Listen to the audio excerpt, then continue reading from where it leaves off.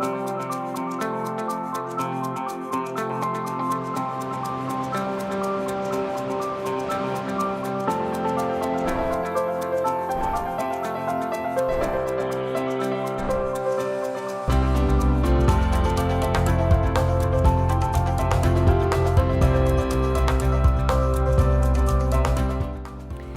the first Thursday of the month and time for another edition of In the Kitchen with Across the Fence. Today we're cooking with apples, one of our favorite Vermont ingredients. Doesn't that look good?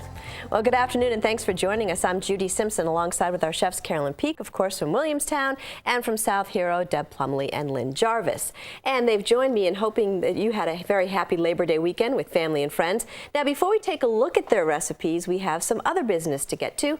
Two of you lucky viewers have a chance to win one of these cookbooks called Apples, Apples, Apples. It contains approximately 170 recipes ranging from appetizers and beverages to dumplings and desserts. I'll explain how to enter our free drawing at the end of the show. Well, the summer flew by, but now it's time to enjoy fall foliage and Vermont apples, and we're going to start with Deb. What have you made for today? Well, we've got lots of Excellent. Great apple recipes here to share, and I think we all enjoy recipes with different and creative ways to use apples. So let's start first of all with this crock pot apple butter.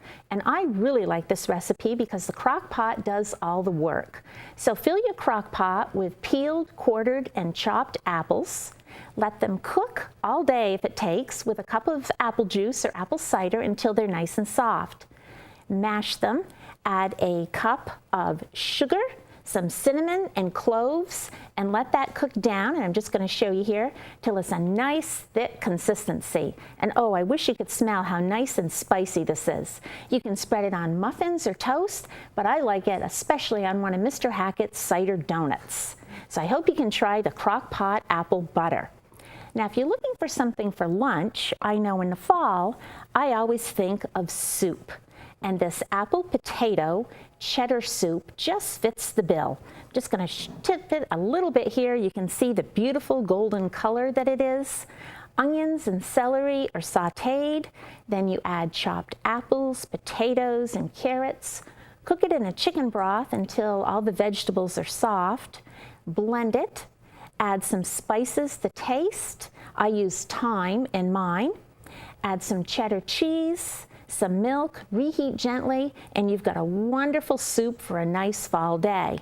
Now, what goes better with soup than these tuna apple pita pockets? And if you can say it, you can make it. So all you do is add to your tuna fish and mayonnaise mixture some chopped apples, onions, and celery, and I'm just going to tip them a little here so you can see the filling. I added some fresh dill weed. Stuff it in your pockets and you've got a quick and easy lunch. Now, if you'd like something a little spicier, here we have apple and cheese tortillas. Take a flour tortilla, fill it with sliced apples and sliced onions, add some shredded cheese, put another flour tortilla on the top, and put it in the microwave until the cheese is melted and the apples are softened. And serve this with some super cranberry apple salsa. You cook apples with cider vinegar, lemon juice, and sugar until the apples are soft. Let it cool a little bit. Then add a cup of whole berry cranberry sauce, some diced apples, chopped onion, and a habanero pepper. Be really careful using the habanero pepper because it can be hot. Stir that all together, and it's perfect to go with these cheese tortillas. Nice taste of the fall. Now, I think everybody has a favorite apple pie recipe, and I want to thank Sarah Way of South Burlington for sharing her family favorite, which is a macaroon apple pie. And I'm just going to tilt it up like this. As you can see, I've pre-sliced it because I think everyone here is going to want a taste of this. Start with your favorite recipe for pie crust. Add some sliced apples that are tossed with sugar and cinnamon, and bake for about 25 minutes. Take it out of the oven, and you're going to top this with a batter that you make with butter, eggs, sugar, flour, and coconut. Put it back in the oven and bake it for about another 25 minutes. and it just forms this beautiful golden crust. And oh, it smells so good while it's baking. Now, we all can agree to disagree, but I like my apple pie served with a nice piece of sharp cheddar cheese, because apple pie without the cheese is like a hug without the squeeze. And on that note, Carolyn, I will turn it over to you. Are you wanting a hug? And you've got some great recipes to share. Yes, I do. And I was very glad that I could find recipes that were main course and salad and dessert and bread, so that there's a little bit of everything that can be made with apples. My first one is a sausage with apple sauerkraut. And the sauerkraut has a lot of apples in it. You shred the apples and add it to the sauerkraut and cook that. And then you cook some kielbasa or sausages, whatever you like, and just sprinkle them over the top was what I did. Now I'm going to see if I can get some of this without dumping it in my jar of salad dressing.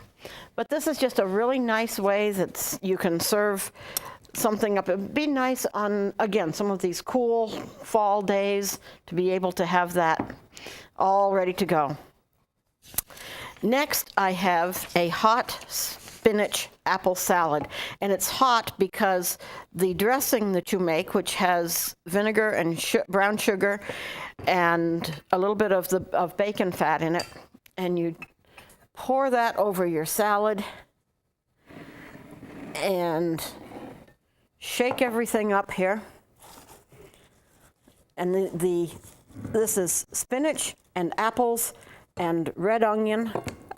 Well, we got most of it on there. And you've got a really nice warm salad. There's bacon, little bits of bacon in there. So you can be all set with the salad. Now, to go with that, I have my good old crock pot. And in the crock pot are beans and ham and cut up apples and onions.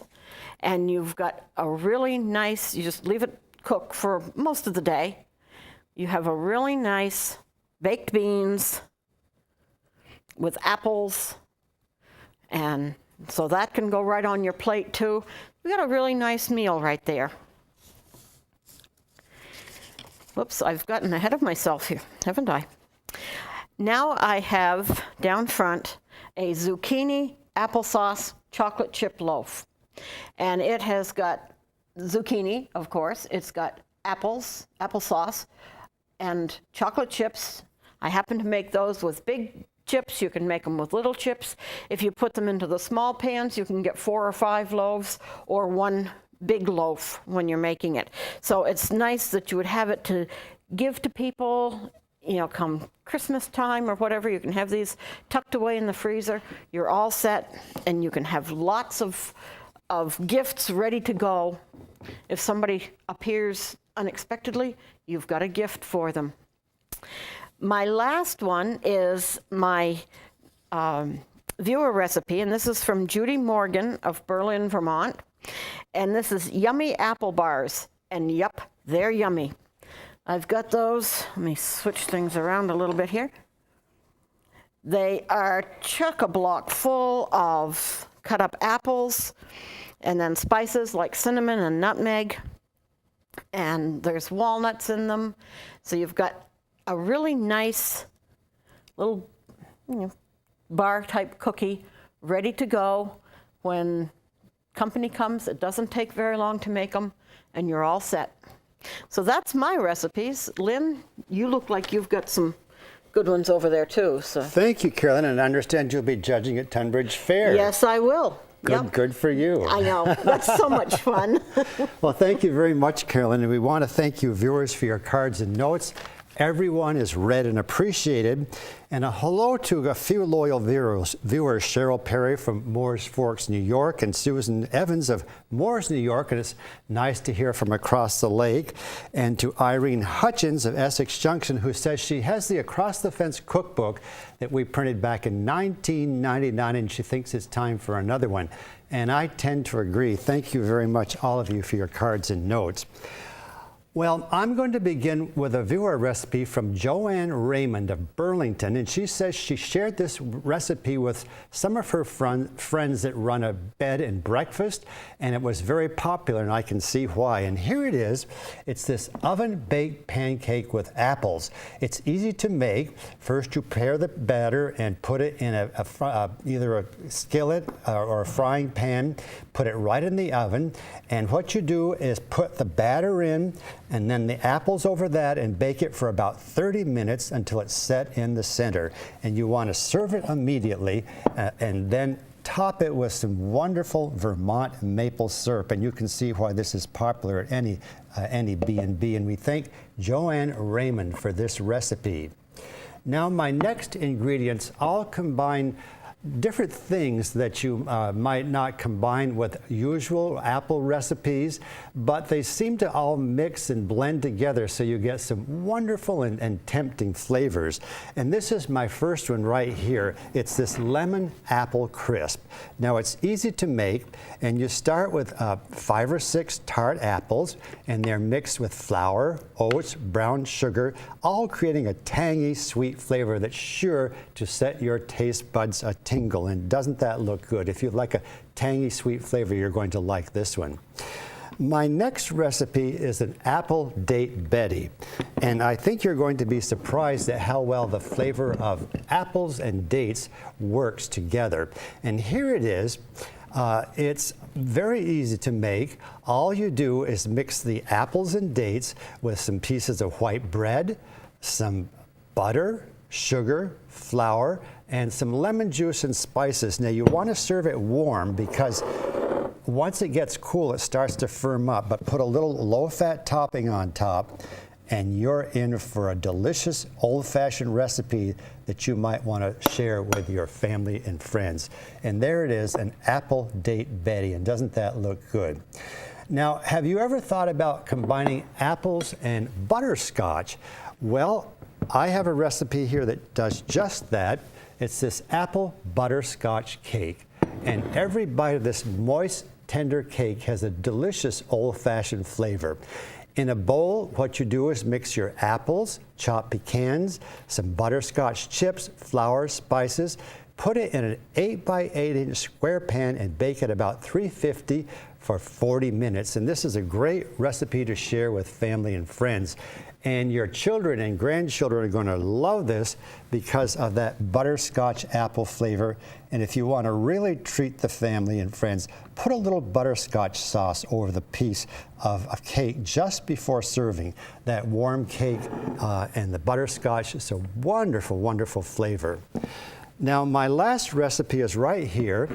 It's a viewer recipe. It's an apple orange raisin cake, and it comes from Carol Craft of Coventry, Vermont. Now, it's made in a spring-form pan, and it combines the flavors of apples and oranges. And I wish you were all here to sample this with us here in the kitchen with Across the Fence. It's delicious. I had to try a little to see how it tasted, and it was addictive. You can see there's quite a chunk missing. But it's made by combining apples and oranges and cinnamon and raisins, and it's mixed with some butter and flour and eggs, and the topping is brown sugar, flour, butter, and cinnamon. Great for church suppers, bake sales, and potlucks, but probably served best right there in your kitchen or your dining room on your table. And Judy, we had some fun last week at the Champlain Valley Fair. We got to judge the baked goods, and we're here with Marco Aiello, the video editor, and we found the best recipe of the show was one made by Sandy Niquette of Colchester, her bread, and you loved that. Beautiful, braided bread, delicious. It was. So we had a lot to choose from. I loved those cookies and the apricot squares. It went on and on. It was a great way to spend a day just sampling delicious baked goods. Well, we want to let you know how you can get the recipes that we showed today, plus a few extras, and also how you can enter the free drawing to win the Apple Cookbook. You can get the recipes online from Across the Fence website. Go to uvm.edu/extension and click on the link to Across the Fence. You'll find the recipes on the left-hand side of the web page. To get the recipes by mail, please send $2 in a stamped self-addressed business-size envelope to Apple Recipes, Box 188, South Hero, Vermont, 05486. Remember, if you're ordering the recipes, to include $2 in a stamped self-addressed business-size envelope. And we'll use your envelope addressed to Box 188 as your entry for the Apple Cookbook. Now, if you're not ordering the recipes, send your name and address and phone number to the address on the screen, and you can be entered in the free cookbook drawing. Good luck to all of you. And as one final note, before we say goodbye, please join us on October 2nd when our theme will be harvest recipes. A big thanks to all of our chefs here, and don't forget to pick apples. Thanks for joining us. We'll see you again next time on Across the Fence.